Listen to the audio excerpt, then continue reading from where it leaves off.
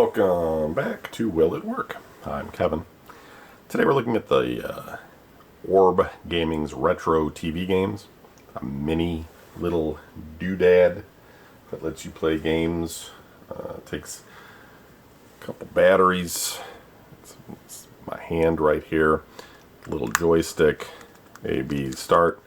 Now, I talked briefly about ORB when we were looking at this one here, the classic television game console, and while we didn't play it on the back of the system, these games that are down here look like all original games, and I was sitting there saying to myself, like, I wonder if these are ORB games, because ORB has a bunch of games that are not, apparently, NES games. They're unique, and this had 300 games built in, so we didn't open this one, but we were talking about it, and I said, I wonder if these are the same. So I went and picked up this guy here from ORB, and oddly enough it says, can't see that too well, focus that in for you a little bit here.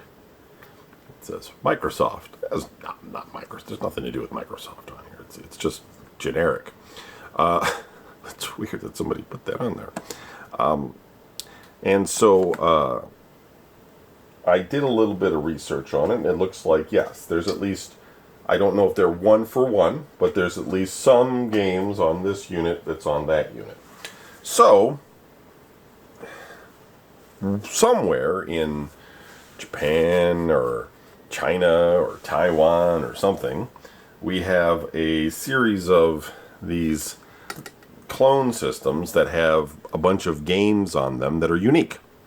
And who made all those games? Who programmed all these games? They're fairly simple games, and you know, probably you could assign individual people and some artists to make these games fairly quickly and release them on these systems, especially if they're using some sort of NES engine, is my guess.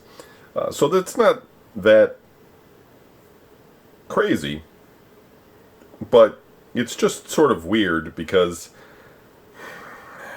there's so many systems out right now that are just ripping off Nintendo and other companies by putting their games in these systems and selling them.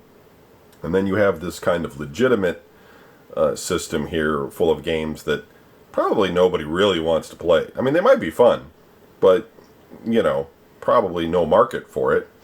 And there seems like there's a lot of that kind of going on. I have some additional systems in the future I'll show that also have some original titles on them as well.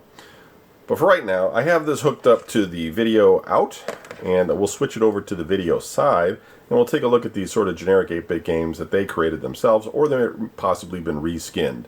Now, of course, they're going to be based off of games that probably were already written and exist. But, you know, the question is, do they just reskin games, or are they, you know, games that they wrote for themselves? And I think in a lot of cases what they did is they took ideas from mobile games and put those into here. So let's go ahead and take a look.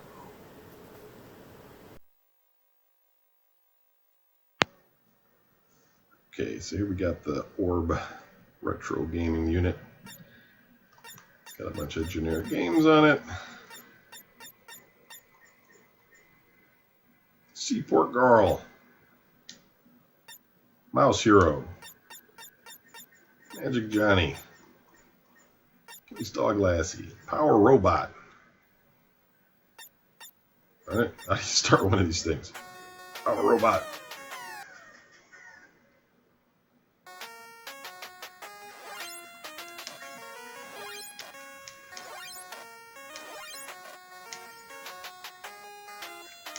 Oh, Power Robot, no. That game sucks. Pulveration. Oh, like a tank.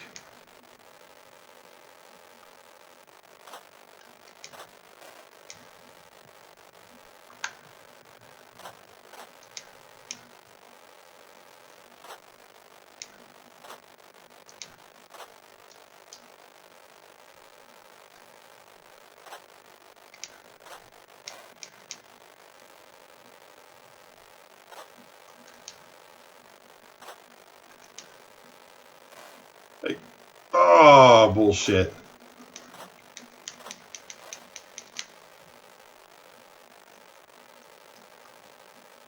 It's like armor or something. Ah, fuck. That's some bullshit.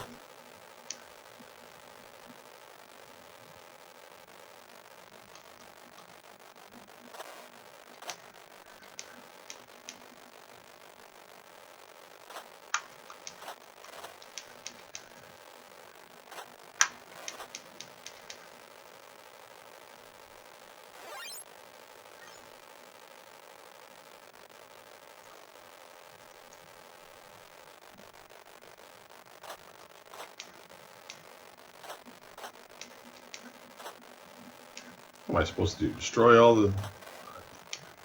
Oh my god. Pulveration. Ooh.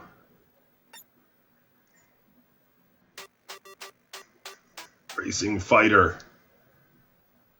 Here we go.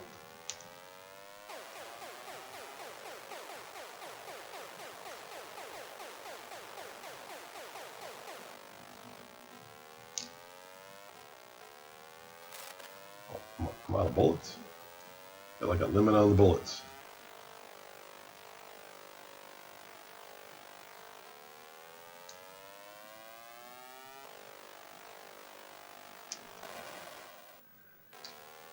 Bullshit.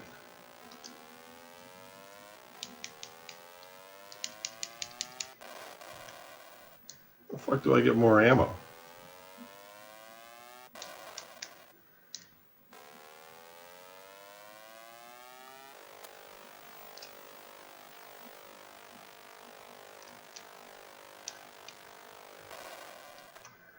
Alright. Anyway, you get the general idea of this thing. Lots of generic games and a little handheld. Might keep a kid busy for a while, but nothing remarkable here.